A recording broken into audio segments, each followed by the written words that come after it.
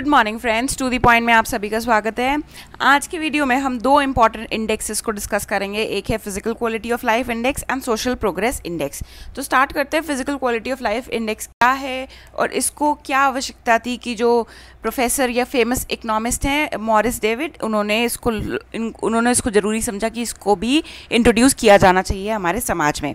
So physical quality of life index was developed by famous economist Morris David in 1979 for 23 developed and developing countries, and it was created due to dissatisfaction with the use of GNP as an indicator of development.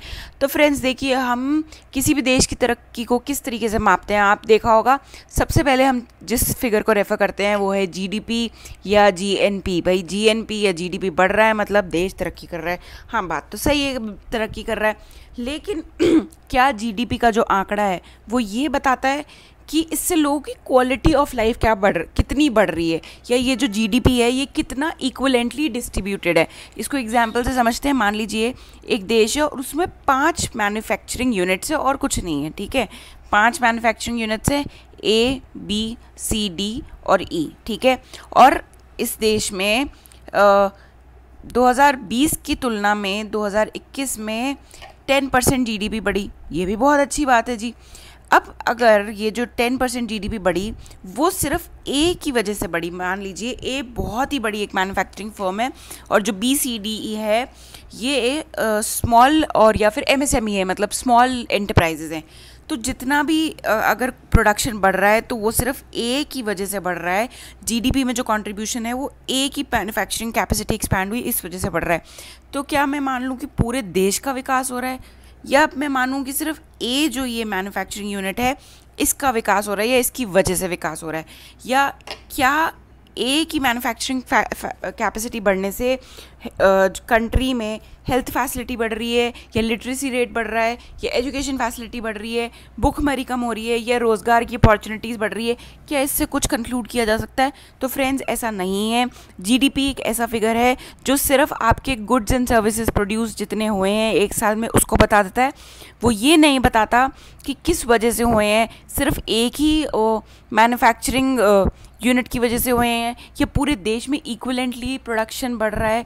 नहीं, इस वजह से जो हमारा GDP है ये clearly नहीं बता पाता कि लोगों की क्वालिटी ऑफ लाइफ भी बढ़ रही है या नहीं। और क्वालिटी ऑफ लाइफ कैसे बढ़ती है, क्या ऐसी चीज़ें होनी चाहिए एक देश में जिससे क्वालिटी ऑफ लाइफ बढ़ती है या अच्छी हो जाती है। मान लीजिए पढ़ाई के बहुत सारी अपॉर्चुनिटीज़ हों, बच्चे इलिटरेट ना रह जाए, रोज़गार मतलब एम्प्लॉयमेंट अपॉर्चुनिटीज़ हो, भुखमरी कम हो, बहुत अच्छा हेल्दी और न्यूट्रिशियस खाना सबको मिले, न्यूट्रिशन का जो बैलेंस है वो हर एक बच्चे के प्लेट में हो। ऐसा नहीं है कि सिर्फ वो खाना खा रहा है, नहीं, अब कॉन्सेप्ट बदल चुका है।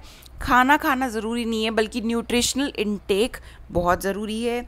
इक्वालिटी हो, लोगों में समानता हो, ये नहीं कोई बहुत ऊपर है तो कोई नीचे। ये जब सब चीज़ें एक इकनॉमी में प्रेजेंट होती है तो माना जाता है कि वहाँ की जो क्वालिटी ऑफ लाइफ है वो बहुत बढ़िया है, बहुत अच्छी है। और इन्हीं सब को मापने के लिए जो हमारे इकोनॉमिस्ट थे मॉरिस डेविड, इन्होंने एक नया पैरामीटर निकाला जिसको बोलते हैं physical quality of life index. और ये इसके 3 वेरिएबल्स है जिसके बेसिस पे ये डिफ़ाइन करते हैं कि एक कंट्री की क्वालिटी ऑफ लाइफ अच्छी है कि बुरी है। तो वो 3 पैरामीटर्स है, लाइफ एक्सपेक्टेंसी रेट, दूसरा है इन्फेंट मॉर्टेलिटी रेट, और थर्ड है बेसिक लिटरेसी रेट। सो ये 3 पैरामीटर्स बहुत ज़रूरी हैं आपके लिए याद रखना कि क्या है physical quality of life index के लिए, और किसने ये जो इंडेक्स है ये डेवलप किया था। जस्ट देखते हैं कि क्या है इंडेक्स के। It helps the government to understand the overall welfare in the economy and how well the welfare policy are implemented which helps the government to take corrective action if needed। अब friends देखिए, हर सरकार, चाहे वो किसी भी देश की सरकार हो, वो कोई ना कोई वेलफेयर स्कीम चलाती है, भले वो सीनियर सिटीजन्स के लिए हो, भले वो माइनॉरिटीज़ के लिए हो, पुअर के लिए हो, वो शेड्यूल कास्ट या जो सेक्लूडेड सेक्शन है सोसाइटी के लिए उनके लिए हो। लेकिन उनका कितना फ़ायदा पहुंच रहा है, क्या उससे उनकी क्वालिटी ऑफ लाइफ बढ़ रही है, क्या उससे उनका एजुकेशन रेट बढ़ रहा है, लिटरेसी रेट बढ़ रहा है, हेल्थ फैसिलिटीज़ बढ़ रही है, ये किससे पता चलेगा? GDP या GNP से नहीं पता चलेगा। जब हम physical quality of life index को कैलकुलेट करेंगे तो उससे पता चलेगा कि ये वेलफेयर स्कीम्स का एक्चुअली क्या फ़ायदा हो रहा है एक देश को। Next, the method used to measure PQLI is a standard for all the countries, so it can be used to make comparison। भाई ऐसा नहीं है कि किसी कंट्री में अलग तरीके से क्वालिटी ऑफ लाइफ, कुछ बेसिक पैरामीटर्स है फ्रेंड्स, ये हर कंट्री में ज़रूरी है। लिटरेसी रेट ज़रूरी है, लाइफ एक्सपेक्टेंसी क्या है, आपका इन्फेंट मॉर्टेलिटी क्या है, ये बेसिक स्टैंडर्ड्स हैं हर कंट्री में होते हैं और इसी के बेसिस पे ये बताते हैं। तो इससे क्या हो जाता है, कंपैरिजन करना बहुत ईजी हो जाता है किसी भी दो कंट्रीज़ के बीच में। Third, all the three indicators represent the welfare of the people of economy. Any country performing well in all these three indicators can be regarded as a develop countries.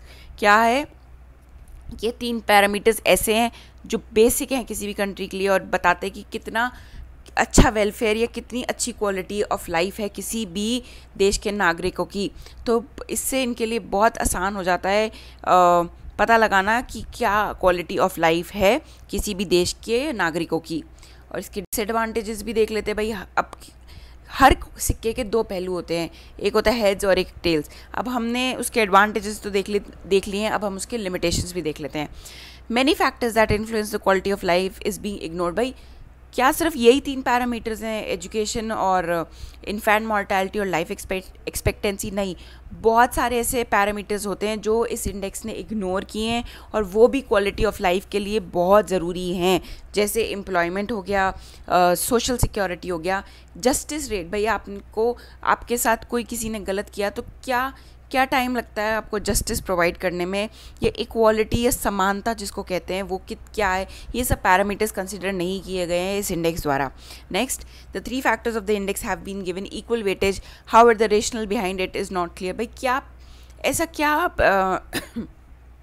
Factors थे, क्या parameters थे या क्या सोच थी कि इन तीन parameters को ही लिया गया, क्या ऑब्जेक्टिव था इन तीन पैरामीटर्स को लेने का, ये भी नहीं बताया गया है clearly. The index all together ignores the economic और मॉनेटरी कॉन्सेप्ट। भाई जीडीपी जिस तरीके से क्वालिटी एक क्वांटिटेटिव कॉन्सेप्ट है और वो क्वालिटेटिव एस्पेक्ट को बिल्कुल ही इग्नोर कर देता है, ऐसे ये जो ये physical quality of life index है, इसने बिल्कुल इकोनॉमिक और मॉनेटरी कॉन्सेप्ट को पूरी तरीके से इग्नोर कर दिया है। जहाँ की अगर ये इंडेक्स डेवलप हो रहा था, इनको कहीं ना कहीं क्वालिटी के साथ क्वांटिटेटिव इंडेक्स पे भी फोकस करना चाहिए था। तो ये तो हो गए लिमिटेशन। तो आज के साथ इसके साथ हमारा फर्स्ट टॉपिक जो कि physical quality of life index है वो तो कंप्लीट हो गया। चलते हैं हमारे नेक्स्ट टॉपिक पे जो कि है सोशल प्रोग्रेस इंडेक्स। और ये क्या है इस बारे में हम देखते हैं। Social progress is defined as capacity of citizen to meet the basic human needs of its citizen, establish the building blocks that allow the citizens and community to enhance and sustain the quality of lives, and create the conditions for all the individuals to reach their full potential. अब friends बात करें इस index की, तो ये index भी एक ऐसा इंडेक्स है जो इकोनॉमिक या जो क्वांटिटेटिव एस्पेक्ट है उससे हट के क्वालिटेटिव एस्पेक्ट ऑफ ग्रोथ पे फोकस करता है। जैसे कि हमने पहले पढ़ा था physical quality of life index, अब वो क्या कर रहे थे, जो इकोनॉमिक कॉन्सेप्ट है, जो जीडीपी का कॉन्सेप्ट है ग्रोथ का, उसको बिल्कुल इग्नोर कर रहे थे, या एक बार साइडलाइन कर रहे थे और क्वालिटी ऑफ लाइफ पे फोकस कर रहे थे। उसको एक आधार बना रहे थे पता करने का कि लोगों की क्वालिटी ऑफ लाइफ कितनी अच्छी है और किस तरीके से देश प्रगति कर रहा है। सेम सोशल प्रोग्रेस इंडेक्स जो है ना फ्रेंड्स, वो भी सोशल वेलबींग ऑफ जो लोगों का होता है उस पर फोकस करता है रादर देन जीडीपी या जो एक इकोनॉमिक नंबर्स है उन पे। क्यों फ्रेंड्स, अगर देखा जाए जीडीपी के हिसाब से देखा जाए तो इंडिया तरक्की पे ही है लास्ट 20 साल से, ठीक है, लेकिन क्या इससे लोगों की लाइफ बढ़ी है, लोगों के जो लिविंग स्टैंडर्ड है उसमें सुधार आया, एजुकेशन स्टेटस में सुधार आया, लिटरेसी रेट में भुखमरी कम हुई? हाँ हुई है, लेकिन जिस रेट से जीडीपी बढ़ रहा है, उस रेट से भुखमरी और पॉवर्टी कम नहीं हुई है। पहले भी इंसाफ जो है बहुत लेट मिलता था, जो जस्टिस डिलीवरी सिस्टम था आज भी वो उतना ही फ्लॉड है। कोशिशें चल रही हैं उसको इम्प्रूव करने की, लेकिन वो उतना इम्प्रूव नहीं हुआ है। तो जो ये सोशल प्रोग्रेस इंडेक्स है, ये सोशल वेलबींग पे लोगों का कितना सोशल प्रोग्रेस हुआ है सोसाइटी में, ये सब को कंसिडर करता है और उस चीज़ को मेजर करता है। इसके भी 3 बेसिक डायमेंशंस हैं, opportunity, foundations of wellbeing and basic human needs. जब ये तीनों चीज़ें पूरी तरह सेटिस्फाई होती हैं तब हम मानते हैं कि एक जो देश का है पूर्णतः या पूरी तरीके से विकास हो रहा है। यही नहीं कि सिर्फ आप जीडीपी को देख दो, भाई जीडीपी बढ़ रही है या नेशनल इनकम बढ़ रही है तो देश का विकास हो रहा है, ऐसा नहीं है। इन चीज़ों को भी इंक्लूड करना, इन पैरामीटर्स को भी इन्वॉल्व करना बहुत ज़रूरी हो चुका है। और साथ ही साथ ये भी सोशल प्रोग्रेस इंडेक्स बताता है कि किस तरीके से ये पॉलिसी प्लानिंग होनी चाहिए, किस तरीके से किस एरियाज़ में हमें फोकस करना चाहिए। क्यों, जब हम लोगों की क्वालिटी ऑफ लाइफ पे फोकस करेंगे तो हमें पता चलेगा कि कौन से ऐसे एरियाज़ है जो छूट रहे हैं इकोनॉमिक प्लानिंग के टाइम, जहाँ पे हमें फोकस करने की ज़रूरत है। मान लीजिए अगर हेल्थ सिस्टम हमारा अगर पता चल रहा है कि हेल्थ सिस्टम बहुत फ्लॉड है, जैसे कि अभी आप कोरोना के टाइम पे देखा होगा, हेल्थ सिस्टम में हमें बहुत सारे फ्लॉज पता चले, बहुत सारी कमियां बाहर निकल के आई। तो ये सब चीज़ें हमें हेल्प करती हैं कि आगे जब हमारी इकोनॉमिक प्लानिंग होगी, पॉलिसी प्लानिंग होगी या कोई भी नई चीज़ें डेवलप होंगी, तो इनमें इन चीज़ों को भी कंसिडर करते हुए आगे चलना है ताकि ये चीज़ें भी इक्वली डेवलप हो। तो सोशल प्रोग्रेस इंडेक्स फ्रेंड्स ये चीज़ों को कंसिडर करता है और बताता है कि देश का विकास किस तरीके से हो रहा है। साथ ही साथ ये हेल्प करता है कि हमारी जो पॉलिसी प्लानिंग है वो किस डायरेक्शन में फोकस होनी चाहिए। सो फ्रेंड्स, आज के 2 टॉपिक्स जो हमने डिस्कस करने थे, social progress index and physical quality of life index, वो पूरे हो चुके हैं। प्लीज़ एक बार इन वीडियोस को फिर से रिवाइज कर लीजिएगा। इन पे पूरे बहुत मेजर क्वेश्चंस तो नहीं आते, बट फ्रेंड्स हम क्यों कोई भी चीज़ को इग्नोर करें हमारे एग्ज़ाम की प्रिपरेशन के लिए। आप बस ये याद रखिएगा कि सोशल प्रोग्रेस इंडेक्स के 3 पैरामीटर्स क्या होते हैं, और जो physical quality of life index है उसमें जो 3 पैरामीटर्स प्लस ये किसके द्वारा डेवलप किया गया था। क्या पता किसी भी एग्ज़ाम के MCQ में एक छोटा सा पॉइंट डाल दें, तो हम क्यों एक भी मार्क्स को लूज़ करें। हम जब इस चीज़ को पढ़ रहे हैं तो अच्छे से पढ़ के बिल्कुल कंप्लीट कर दें रिविजन के साथ। So friends, this is all for the today's video. Thank you so much for your patience listening.